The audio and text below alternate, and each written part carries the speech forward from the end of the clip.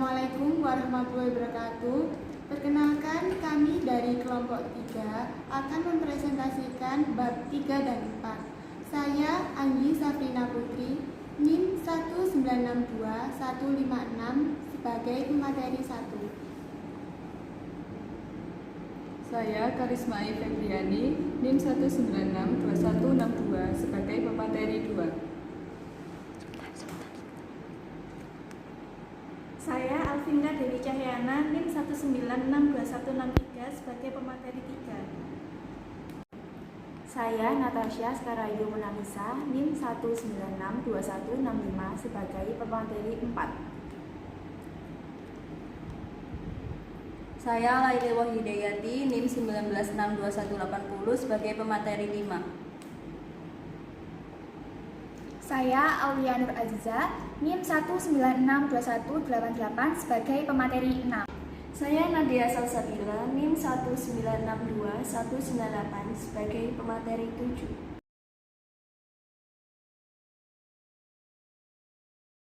Saya akan menjelaskan tentang organisasi dan sistem informasi. Sistem informasi dan organisasi saling mempengaruhi satu sama lain. Sistem informasi dibangun oleh manajer untuk melayani kepentingan perusahaan.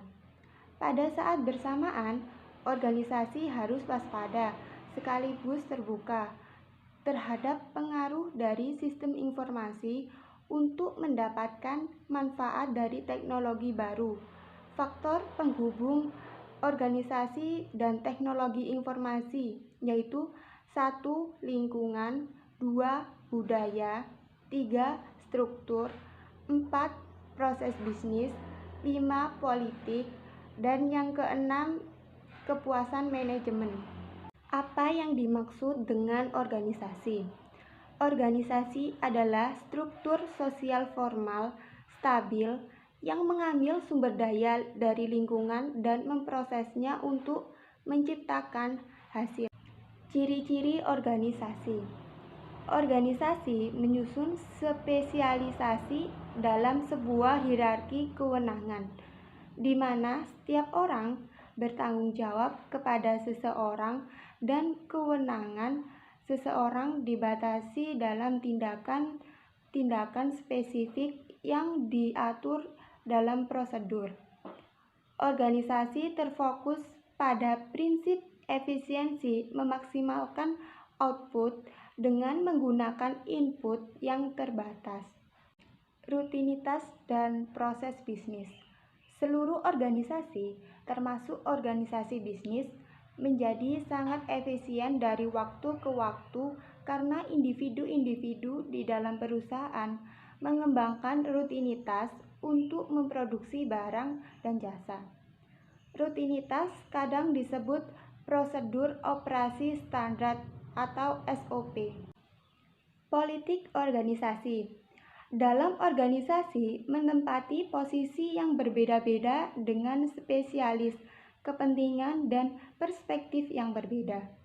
Akibatnya, mereka secara alami memiliki sudut pandang yang berbeda tentang bagaimana sumber daya, penghargaan, dan sanksi harus didistribusikan. Budaya organisasi.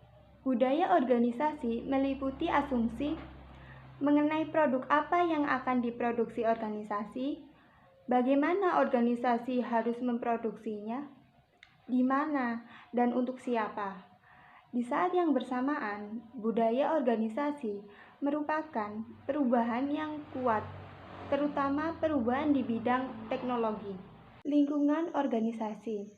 Lingkungan membentuk apa yang dilakukan perusahaan, tetapi organisasi dapat mempengaruhi lingkungannya dan memutuskan mengenai lingkungannya sekaligus.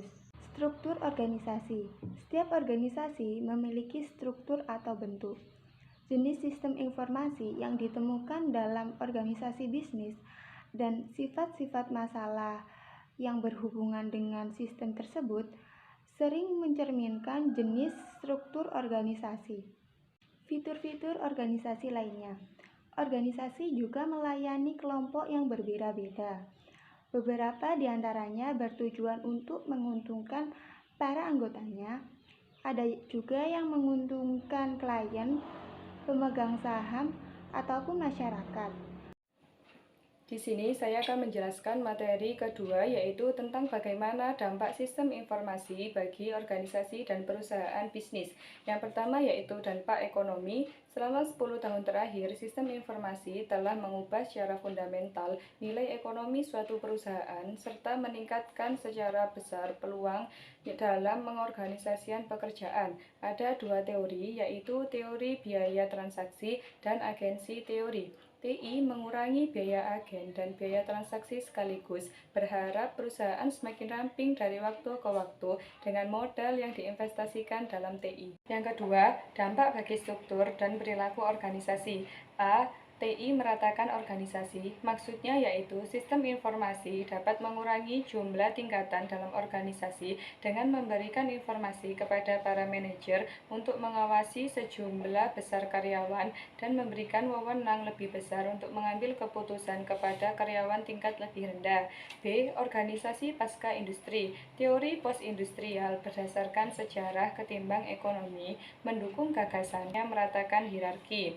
C. Memahami penolakan organisasi terhadap perubahan. Ada 4 faktor terpenting, yaitu sifat dari inovasi teknologi tersebut, struktur organisasi, budaya organisasi, dan pekerjaan-pekerjaan yang terkena dampak dari inovasi tersebut. Hal ini menjadi alasan kegagalan-kegagalan proyek besar dalam mencapai tujuannya. Bukan. Ketiga, internet dan organisasi. Internet, terutama www, memiliki dampak penting terhadap hubungan perusahaan dan entitas di luar perusahaan, bahkan proses bisnis dalam organisasi. Organisasi bisnis secara cepat menata ulang proses bisnis utamanya berdasarkan TI dan menjadikan teknologi komponen penting dan infrastrukturnya. Jika jaringan yang sesuai terwujud, maka menghasilkan proses bisnis yang lebih sederhana. Yang terakhir yaitu implikasi dari perancangan dan pemahaman tentang sistem informasi. Faktor utama organisasi dalam menentukan perencanaan suatu sistem baru yaitu 1. Lingkungan organisasi tersebut harus berfungsi. 2. Struktur organisasi. 3. Budaya dan politik organisasi. 4. Bentuk organisasi dan gaya kepemimpinan. 5. Kepentingan-kepentingan kelompok utama yang terpengaruh oleh sistem, serta sikap pekerja yang menggunakan sistem tersebut. Terakhir, jenis pekerjaan, keputusan, proses bisnis yang didukung sistem informasi tersebut. Baik, saya akan menjelaskan tentang menggunakan sistem informasi untuk mencapai keunggulan kompetitif. A. Model daya kompetitif menurut Porter. Model ini menyajikan gambaran umum tentang suatu perusahaan, pesaingnya, serta lingkungan di sekitar perusahaan tersebut. Dalam model ini terdapat 5 daya kompetitif yang dianggap menentukan nasib suatu perusahaan. Yang pertama, pesaing tradisional. Setiap perusahaan secara terus-menerus merancang cara baru yang lebih efisien dalam memperkenalkan produknya dan menarik minat konsumen. Yang kedua, pendatang baru di pasar. Dalam sistem ekonomi yang bebas ini, tenaga kerja dan sumber daya finansial yang selalu berpindah-pindah, perusahaan-perusahaan baru selalu masuk ke pasaran. Yang ketiga, produk dan jasa pengganti atau produk substitusi. Pada setiap industri, ada produk pengganti apabila harga produk yang ditawarkan dianggap terlalu mahal. Teknologi baru selalu menciptakan produk pengganti baru sepanjang masa. Yang keempat, pelanggan. Perusahaan yang menguntungkan bergantung erat dengan kemampuannya menarik minat pelanggan, memelihara langganan yang sudah ada, serta menjual dengan harga yang tinggi. Strategi sistem informasi dalam meraih keunggulan kompetitif. Ada 4 strategi umum yang masing-masing menggunakan sistem dan teknologi informasi. Yang pertama, biaya kepemimpinan atau manajemen yang rendah. Gunakan sistem informasi untuk mencapai harga dan biaya operasional yang serendah-rendahnya. Yang kedua, diferensiasi produk. Gunakan sistem informasi untuk menciptakan produk atau layanan baru atau mengubah secara signifikan keyakinan konsumen dalam menggunakan barang atau jasa. Yang ketiga, fokus pada ceruk pasar. Sistem informasi mendukung strategi ini dengan menghasilkan dan menganalisis data guna disesuaikan dengan teknik penjualan dan pemasaran.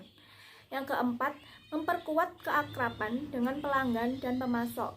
D. Model rantai nilai bisnis. Model ini menekankan pada aktivitas spesifik pada organisasi bisnis, di mana strategi kompetitif diaplikasikan dan sistem informasi sebaiknya ditempatkan untuk menimbulkan dampak strategis. Model ini memandang perusahaan sebagai serangkaian aktivitas dasar yang memberikan nilai terhadap barang atau jasa perusahaan. Aktivitas utama sebagian besar berhubungan dengan produksi serta distribusi produk dan jasa yang dihasilkan perusahaan, yang menciptakan nilai bagi pelanggan. Di antaranya adalah kegiatan logistik, operasional, penjualan, dan pemasaran, serta pelayanan. Aktivitas pendukung memungkinkan aktivitas utama berjalan lancar, serta terdiri atas infrastruktur, organisasi, seperti manajemen dan administrasi, sumber daya manusia, teknologi, dan penyediaan bahan baku. C. Dampak internet dalam meraih keunggulan kompetitif. Karena internet, daya kompetitif yang dimiliki perusahaan masih bisa digunakan dalam beroperasi, tetapi persaingan kompetitif menjadi semakin ketat dewasa ini. Teknologi internet dibuat berdasarkan standar internasional yang dapat digunakan perusahaan manapun, mempermudah pesaing berkompetisi dalam harga serta mempermudah pesaing baru masuk ke dalam pasar. Pelanggan dapat dengan cepat menemukan penyedia barang dan jasa yang memiliki harga paling murah di situs web.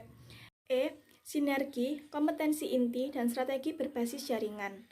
Yang pertama, sinergi adalah ketika hasil yang diberikan oleh suatu unit bisnis dapat digunakan sebagai masukan bagi unit bisnis lainnya, atau dua organisasi yang saling berbagi pasar dan keahlian, serta hubungan ini menekan biaya dan menghasilkan keuntungan. Yang kedua, menunjang kompetensi inti. Dasar pemikiran ini adalah bahwa kinerja seluruh inti unit bisnis akan meningkat sepanjang seluruh unit bisnis tersebut berkembang atau menciptakan kompetensi inti yang terpusat. Sistem informasi yang mendukung pendistribusian pengetahuan lintas unit bisnis akan memperkuat daya saing dan mungkin mendorong atau memperkuat daya saing yang sudah ada, serta menyadarkan karyawan tentang pengetahuan di luar sana. Yang ketiga, strategi bisnis jaringan. Kehadiran internet dan teknologi jaringan telah menginspirasi strategi meraih keunggulan melalui kemampuan perusahaan dalam menciptakan jaringan satu sama lain. Strategi berbasis jaringan diantaranya adalah menggunakan jaringan ekonomi, model perusahaan jaringan virtual, dan ekonomi bisnis. Baik, di sini saya akan menjelaskan materi yang keempat, yaitu menggunakan sistem informasi untuk mencapai keunggulan kompetitif, permasalahan di bidang manajemen. Yang pertama, saya akan menjelaskan tentang menopang keunggulan kompetitif. Keunggulan kompetitif yang diberikan sistem informasi tidak perlu berlangsung lama untuk menjamin keuntungan jangka panjang, karena pesaing dapat membalas dan meniru sistem strategi tersebut. Yang kedua, saya akan menjelaskan tentang menggandeng TI untuk pencapaian tujuan bisnis. Menurut Luhmann 2003, riset mengenai TI dan kinerja bisnis telah menemukan bahwa A. Semakin sukses suatu perusahaan menggandeng TI untuk mencapai tujuan bisnisnya, maka semakin banyak keuntungan yang diperoleh. B. Hanya seperempat perusahaan yang berhasil menggandeng TI untuk pencapaian bisnis. Sekitar 50% dari organisasi bisnis dapat diperoleh lewat penyertaan di dalam melakukan kegiatan bisnisnya. Yang ketiga, saya akan menjelaskan tentang daftar pemeriksaan manajemen menjalankan analisis sistem strategis untuk mengidentifikasi jenis sistem yang menyediakan keunggulan strategis bagi perusahaannya. Yang keempat, saya akan menjelaskan tentang mengelola transisi strategis. Perubahan sosioteknis memengaruhi elemen sosial maupun elemen teknik dalam suatu perusahaan yang dapat dianggap sebagai transisi strategis pergerakan antar tingkatan di dalam sistem sosioteknis. Baik, saya akan melanjutkan materi mengenai memahami isu sosial dan etika yang berkaitan dengan sistem. Dalam 10 tahun terakhir, kita telah menyaksikan masalah etika bagi bisnis global. Salah satu contoh terkait penyimpangan penilaian etika dalam bisnis, yakni pada tahun 2012, Barclays Bank, salah satu bank di dunia, mengakui manipulasi patokan tingkat suku bunga yang ditetapkan oleh LIBOR untuk menyongkong posisi perdagangan di pasar saham serta persepsi media terhadap kesehatan finansial, sehingga perusahaan didenda sebesar $160 juta. Etika sendiri itu mengacu pada prinsip benar salah yang dilakukan makhluk moral yang bebas, yang mana untuk membimbing perilakunya. Dengan adanya sistem informasi dapat membangun konsekuensi yang dapat diukur dalam sistem informasi. Selanjutnya, model pemikiran tentang isu etika, sosial, dan politis. Isu etika, sosial, dan politis saling berkaitan erat, di mana dalam manajer sistem informasi biasanya tercermin pada debat sosial dan politis. Pengenalan teknologi informasi baru memiliki dampak seperti 5 dimensi moral di era informasi.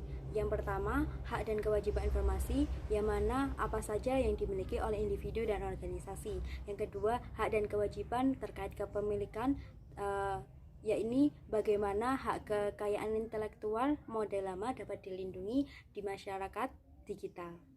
Yang ketiga, akuntabilitas dan pengendalian, yang mana siapa yang mampu menyelenggarakan dan diberi sanksi atas perbuatan merugikan terhadap informasi. Yang keempat, kualitas sistem, berkaitan tentang standar kualitas data dan sistem. Yang kelima, kualitas hidup. Baik, selanjutnya tren utama dari teknologi yang mengedepankan isu etika. Isu etika telah mendahului teknologi informasi. Terdapat tren utama dari teknologi yang bertanggung jawab terhadap tekanan-tekanan di bidang etika, yakni yang pertama, kecepatan komputasi berlipat 2 kali setiap 18 bulan. Yang kedua, biaya penyimpanan data yang menurun cepat. Yang ketiga, kemajuan analisis data. Yang keempat, kemajuan teknologi jaringan. Yang kelima, dampak pertumbuhan perangkat telepon genggam. Etika dalam masyarakat informasi. Etika merupakan perhatian bagi manusia yang memiliki pilihan. Etika adalah tentang pilihan seseorang ketika berhadapan dengan beberapa alternatif tindakan. Dalam konsep dasar etika sendiri, etika adalah keputusan yang dibuat oleh individu yang bertanggung jawab terhadap konsekuensi tindakannya. Dalam konsep dasar etika, meliputi responsibilitas, akuntabilitas, dan liabilitas. Selanjutnya, analisis etika. Analisis etika digunakan ketika berhadapan dengan situasi yang memperlihatkan isu-isu etika. Dalam analisis etika terdapat 5 langkah proses. Yang pertama, identifikasi dan gambarkan fakta secara jelas. Yang kedua, definisikan nilai-nilai yang lebih tinggi yang terlibat. Yang ketiga, identifikasi pihak-pihak yang berkepentingan. Yang keempat, identifikasi pilihan beralasan kuat yang bisa diambil. Yang kelima, identifikasi konsekuensi yang mungkin terjadi dari pilihan yang diambil. Untuk prinsip utama etika, ketika analisis telah sempurna, prinsip atau aturan yang digunakan dalam mengambil keputusan sangat diperlukan. Berikut beberapa prinsip yang telah bertahan sepanjang sejarah. Yang pertama, Golden Rule. Yang kedua, Immanuel Kant's Categorical Imperative. Yang ketiga, Descartes' Rule of Things. Yang keempat, Utilitarian Principle. Yang kelima, Aversion Principle. Dan yang keenam, Ethical Rule. Lalu, dalam kode etik profesional, kode etik profesional digunakan ketika sekelompok orang mengklaim sebagai profesional. Mereka memikul hak dan kewajiban yang khusus karena pengakuan khusus mereka terhadap pengetahuan, kebijaksanaan, dan kehormatan. Lalu yang terakhir, beberapa dilema etika dalam dunia nyata. Sistem informasi telah menciptakan dilema etika yang baru, yang salah satunya berupa rangkaian kepentingan yang saling berseteru satu sama lain. Sebagai contoh, banyak perusahaan telepon berskala besar di Amerika Serikat menggunakan teknologi informasi untuk mengurangi jumlah tenaga kerja mereka. Pertama, hak informasi, privasi, dan kebebasan di era internet. Privasi atau privacy adalah hak seseorang untuk tinggal seorang diri, bebas dari pengawasan maupun campur tangan pihak lain maupun organisasi, termasuk negara. Hak atas privasi juga terdapat di tempat kerja. Jutaan karyawan merupakan subjek pengawasan elektronis berteknologi tinggi. Teknologi sistem informasi mengancam hak atas privasi individu dengan melakukan pelanggaran privasi secara murah, efektif, dan menguntungkan. Hak atas privasi dilindungi oleh konstitusi di Amerika Serikat, Kanada, dan Jerman dengan berbagai cara yang berbeda serta di negara lainnya melalui undang-undang. Sebagian besar undang-undang yang mengatur hak-hak privasi di Amerika dan di Eropa disusun berdasarkan aturan hidup yang bisa disebut sebagai praktik informasi yang adil, Fair Information Practice atau FIP.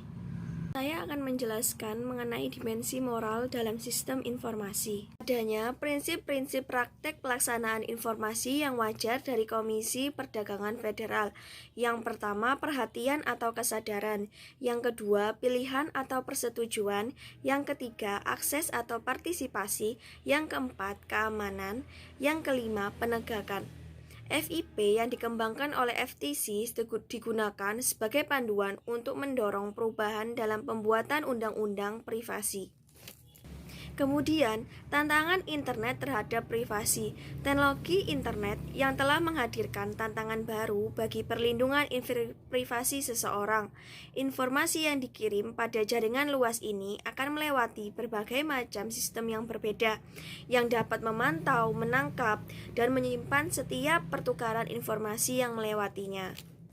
Salah satu contohnya adalah cookies. Cookies adalah teks kecil yang tersimpan pada hard disk ketika pengguna mengunjungi suatu situs web.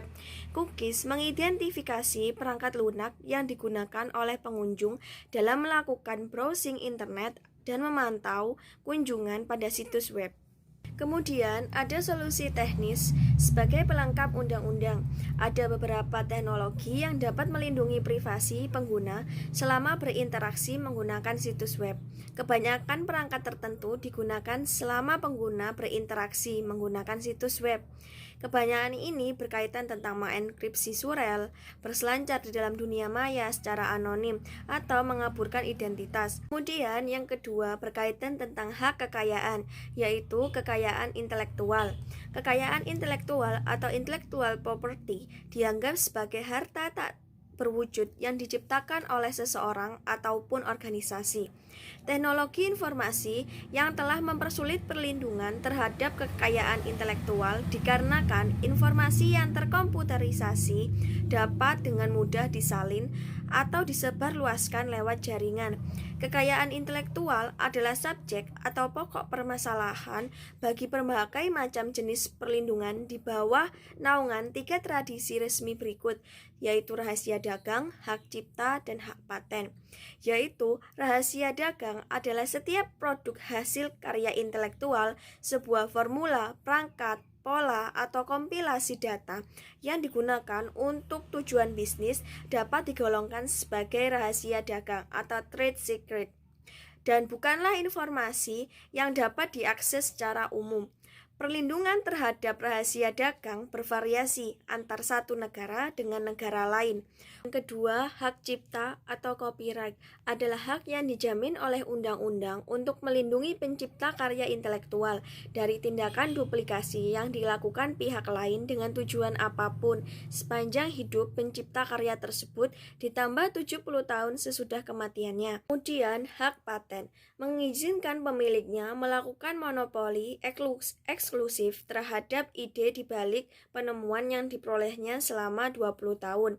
Konsep utama dari Undang-Undang Hak Paten adalah orisinalitas, kebaruan, dan penemuan. Selanjutnya yaitu akuntabilitas, liabilitas, dan pengendalian. Bersamaan dengan Undang-Undang Kekayaan dan Privasi, teknologi informasi baru memberikan tantangan bagi liabilitas hukum dan praktik sosial yang sudah ada dalam melindungi institusi dan masyarakat. Selanjutnya yaitu kualitas sistem, kualitas data, dan kesalahan sistem. Perdebatan mengenai liabilitas dan akuntabilitas mengenai konsekuensi yang tidak disengaja akibat penggunaan sistem melibatkan dimensi moral yang mandiri namun saling terkait. Sebagai contoh, meskipun perusahaan perangkat lunak telah berupaya memperbaiki kelemahan pada produknya sebelum diluncurkan ke pasaran, namun akhirnya mereka tetap meluncurkan produk dengan sedikit kelemahan tersebut dikarenakan waktu dan biaya yang diperlukan untuk menyempurnakan sedikit kelemahan tersebut dapat sama sekali meniadakan penerbitan perangkat lunak tersebut. 3 sumber pokok dari kinerja sistem yang bobrok. Yang pertama, celah atau kelemahan dan kesalahan pada sistem. Kedua, kegagalan perangkat keras ataupun fasilitas lainnya yang disebabkan oleh alam maupun penyebab lainnya. Yang ketiga, kualitas input data yang buruk. Selanjutnya yaitu kualitas hidup, keadilan, akses, dan batasan. Beban sosial negatif dalam memperkenalkan teknologi dan sistem informasi terus meningkat seiring pertumbuhan kekuatan teknologi.